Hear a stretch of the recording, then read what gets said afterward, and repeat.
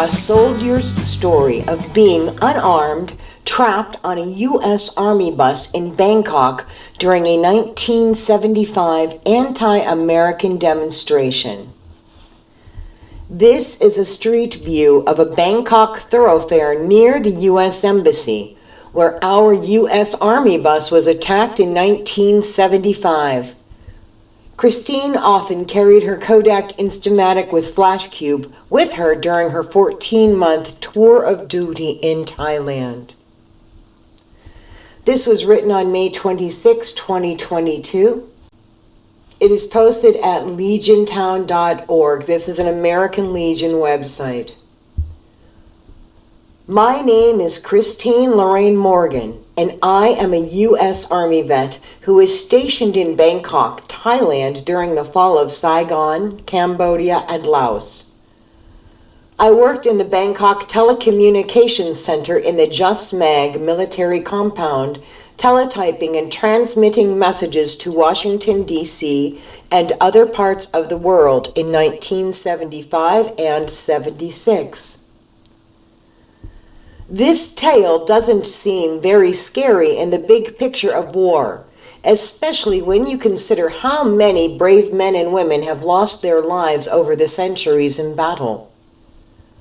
Upon reflection, though, it has occurred to me that maybe it is a frightening tale in a different sort of way, because when this occurred, we were completely unarmed. Beyond that insurmountable obstacle, we were totally unprepared and untrained to even begin to know how to deal with a dangerous, politically motivated situation such as this. My fellow soldiers and I were on a low-profile duty and were not permitted to wear uniforms. This was to avoid attracting attention to ourselves, as the political climate in Bangkok was unrestful due to insurgents trying to whip up anti-American sentiment.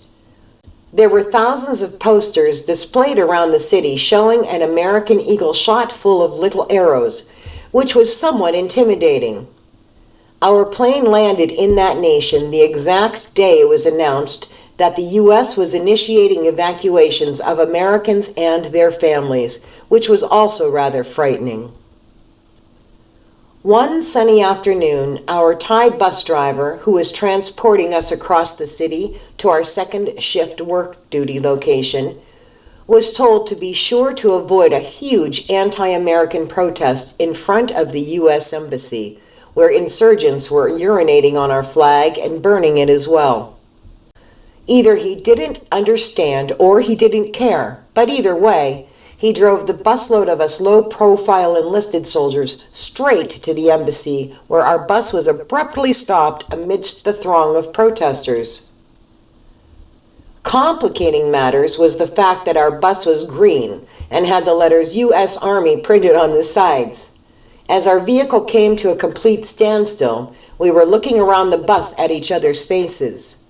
It seemed to dawn on us all at once that no one on the bus was armed or possessed any sort of protection beyond our own hands. I also realized that nowhere in my extensive training did anyone ever explain what to do in this particular situation, probably because it wasn't supposed to happen.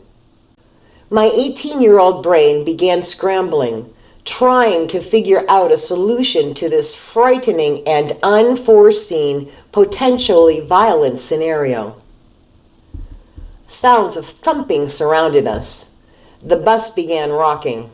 I shouted to my coworkers, who were just as shocked and stunned as I was. "What should we do?" I screamed. Someone yelled, "Lay down on the floor and try to hide." So we all slid out of our seats and laid on the floor, prayerful and silent, hoping we would somehow survive this ordeal. How does one hide from thousands of angry people in a foreign country when trapped on a bus and there is nowhere to go, and you have I repeat, you have no way to defend yourself? The bus's rocking intensified, and from my filth-covered spot beneath the seat, I was sweating profusely as I begged the Lord for forgiveness, thinking I might be killed at any moment. It had occurred to me that by this time, the protesters had noticed that this was a U.S. Army bus because it felt like they were trying to flip the bus onto its side. The exterior slamming sounds continued as heavy items were probably being slung at us, those American soldiers whose flag deserved to be defiled. I just laid there helpless, heart pounding into my throat, despising the driver who had led us into this nest of danger. Just as I was thinking of him and his foolish move, I heard the bus door open and I braced myself for the worst. Then I heard the door close again and lifted my head enough to see that the driver was gone. He had exited the bus and left us even more alone than we were before. I felt thankful that he had closed the somewhat flimsy door behind him to keep out the angry mob, but was worried at what his intentions were. Was he going to sell us out? Did he want us to suffer? Was he aligned with the protesters? Why did he bring us here when he was specifically warned not to do so?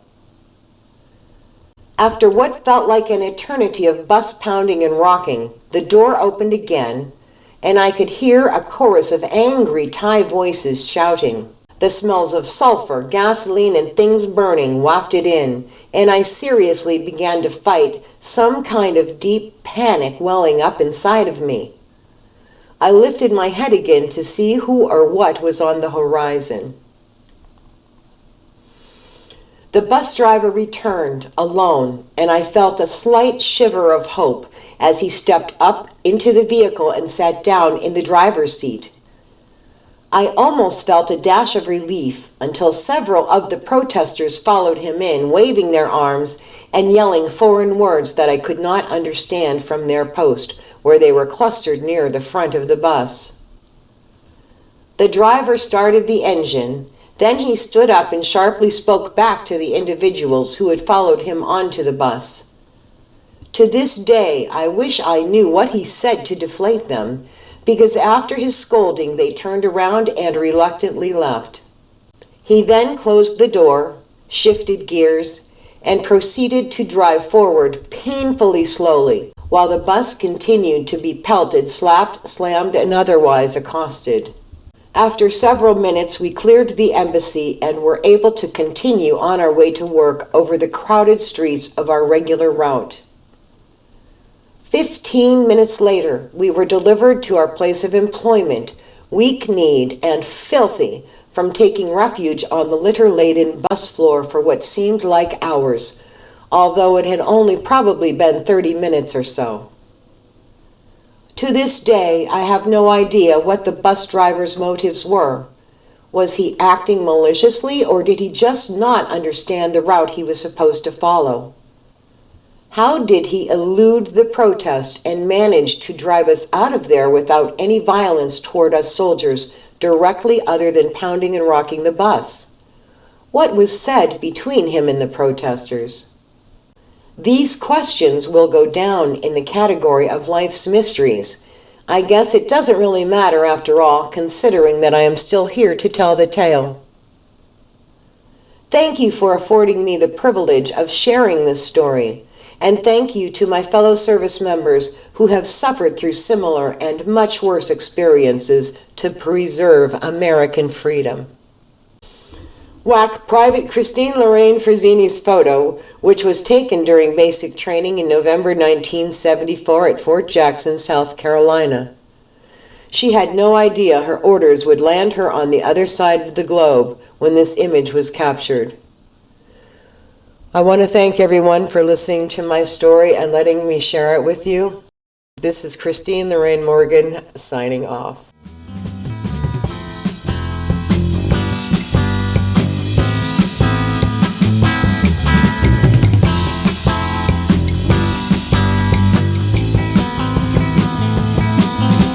Take a look around you. Can you see the world is failing? Now is the time to take a stand while we can. Everywhere you look, you see violence and bitter hatred. It's up to us now to take a stand while we can. Take a stand, modern man.